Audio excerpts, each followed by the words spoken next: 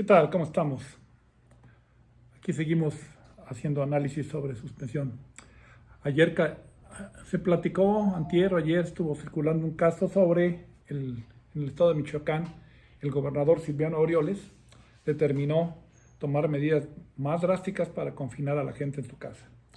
Entonces el tema fue que emitió un decreto que ordena confinamiento forzoso. ¿Y por qué forzoso? Porque sanciona a quien no lo cumpla.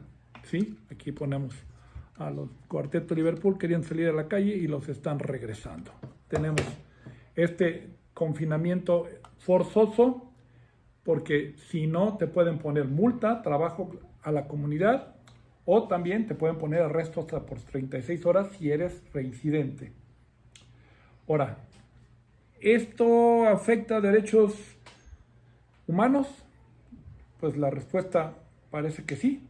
Si no me permiten salir, están restringiendo mi derecho al tránsito, mi derecho a reunión, y inclusive aquí en el caso, si me llegan a poner un trabajo forzado, pues mi derecho al trabajo. Bueno, la pregunta es, ¿el gobernador está facultado para hacer una suspensión de derechos? Haber tomado esta circunstancia.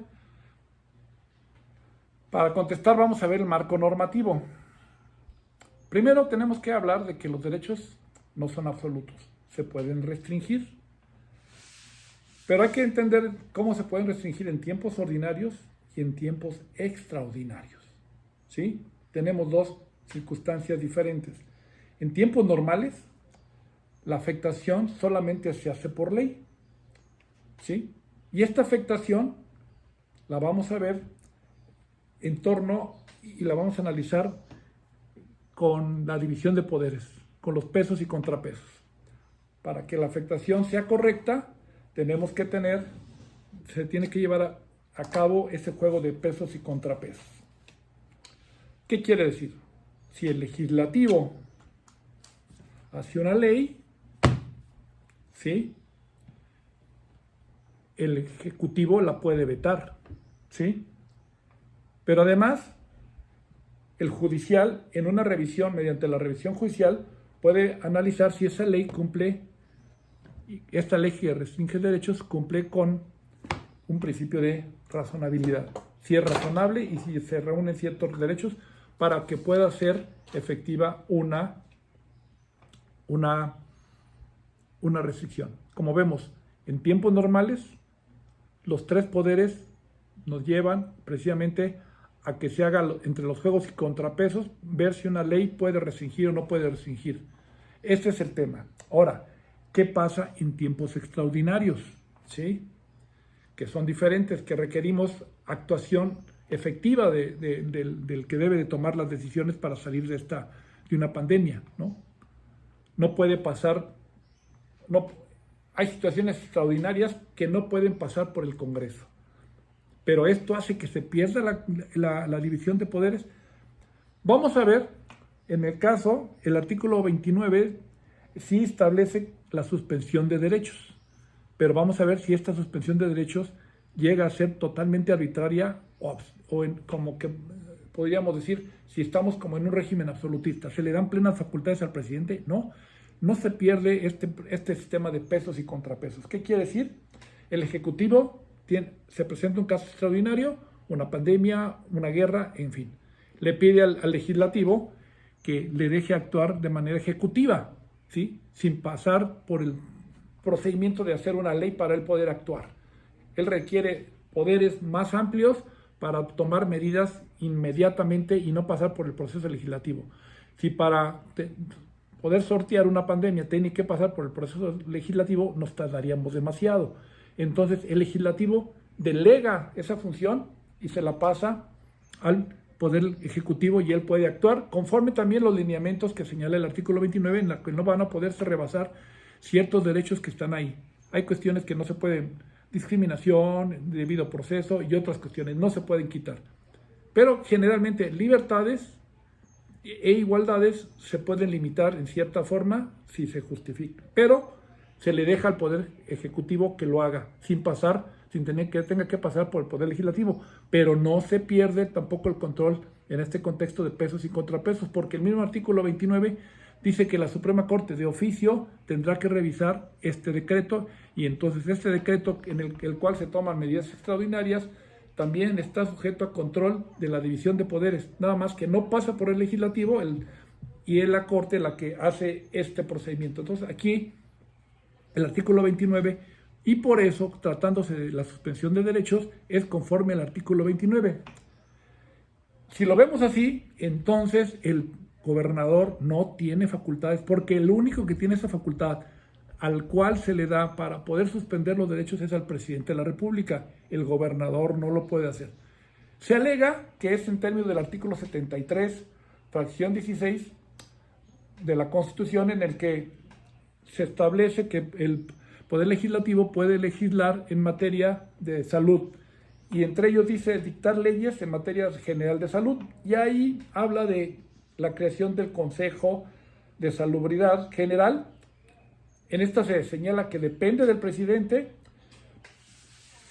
y no depende de ninguna otra secretaría. El secretario de Salud es el que toma decisiones ejecutivas, pero lo que señala ahí, lo que es muy importante, dice, no se desprende que se le dé la facultad para, en su caso, tomar medidas restrictivas de la libertad. Así encontramos que la fracción 16 dice: la Secretaría de Salud tendrá la obligación de dictar inmediatamente las medidas preventivas indispensables. Yo creo que ahí no quiere decir que dictar esas medidas preventivas indispensables se esté refiriendo a una cuestión relacionada a suspender derechos, a las cuestiones de no circular, a las cuestiones relacionadas a no salir de casa, poner multas si se abandona. O sea, esto creo que dice, tomar las medidas para prevenir esto, me imagino que es comprar máscaras sin licitación, o sea, una cuestión que no responda con derechos humanos. Pero además es que esto no está sujeto a revisión, si acaso al final señala que la Secretaría de Salud dará cuenta. Nada más se puede revisar por el Congreso cuestiones de drogas, cuestiones de alcoholismo, y otra que señala de alcoholismo, y bueno, pero no es general esta revisión que hace el Congreso, y lo hace posterior. No, o sea, aquí en realidad no estamos encontrando en esto que se controlen los pesos y contrapesos. Esta facultad creo que es muy específica para tomar las medidas indispensables, pero que no se pueden traducir que esas medidas indispensables pueda hacer restringir garantías. En ese contexto, bueno, podemos ya llegar a la conclusión, yo desde mi punto de vista, que en esta hipótesis el gobernador del estado no tiene facultades, porque el artículo 73, fracción 16ª de la Constitución, no otorga esas facultades. El único que tiene esas facultades explícitamente, y tiene que ser para restringir garantías, tiene que ser expresamente. No se pueden hacer deducciones. Para mí no se puede hacer una deducción en términos del 73, fracción 16. No se pueden hacer ahí, y entonces tiene que ser explícita. Se trata de una de las cuestiones más delicadas, la suspensión de derechos. Y si estamos en esa cuestión de la suspensión de derechos, debe de surgir, no se debe de perder los pesos y contrapesos, aunque en términos del artículo 29 sea un poquito más light, ¿sí? Que sea más ligero, más flexible, pero no deja de tener control. La Corte, inmediatamente que viene el decreto, la Corte la revisa de oficio. Entonces ahí resulta interesante este caso. Ya se están presentando asuntos, ya se están pidiendo suspensiones al respecto. Si la resuelve el juez inmediatamente y le piden la suspensión, aquí vamos a encontrar otra cuestión.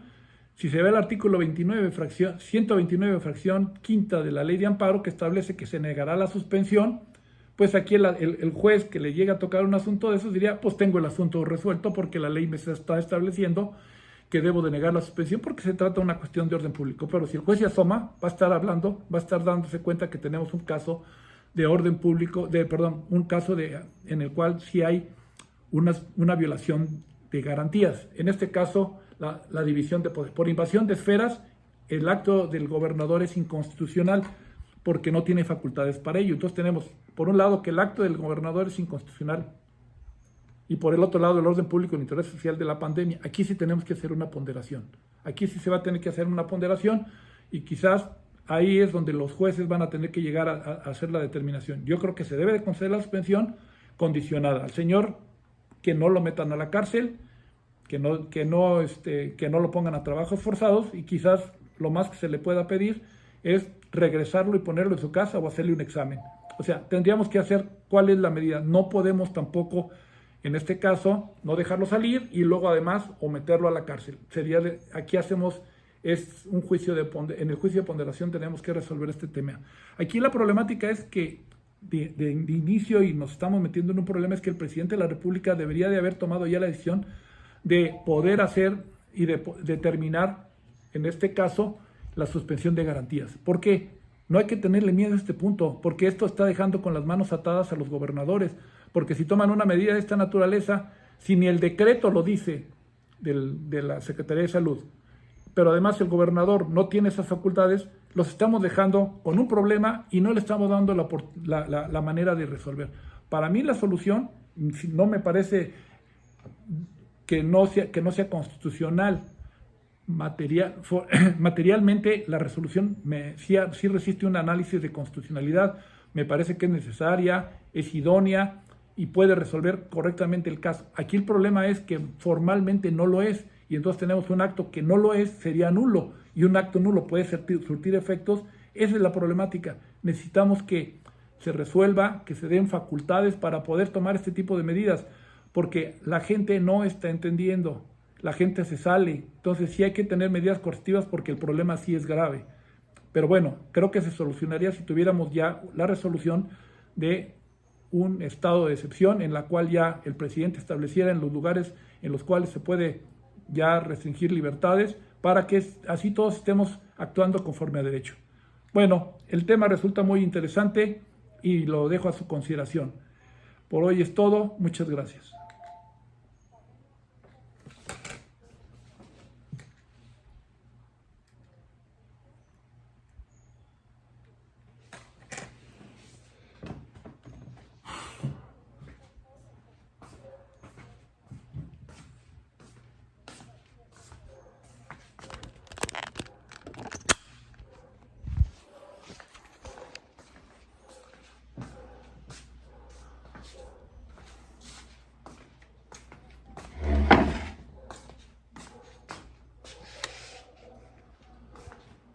Ahorita vemos ahorita que termine, déjame nomás hacer para mandar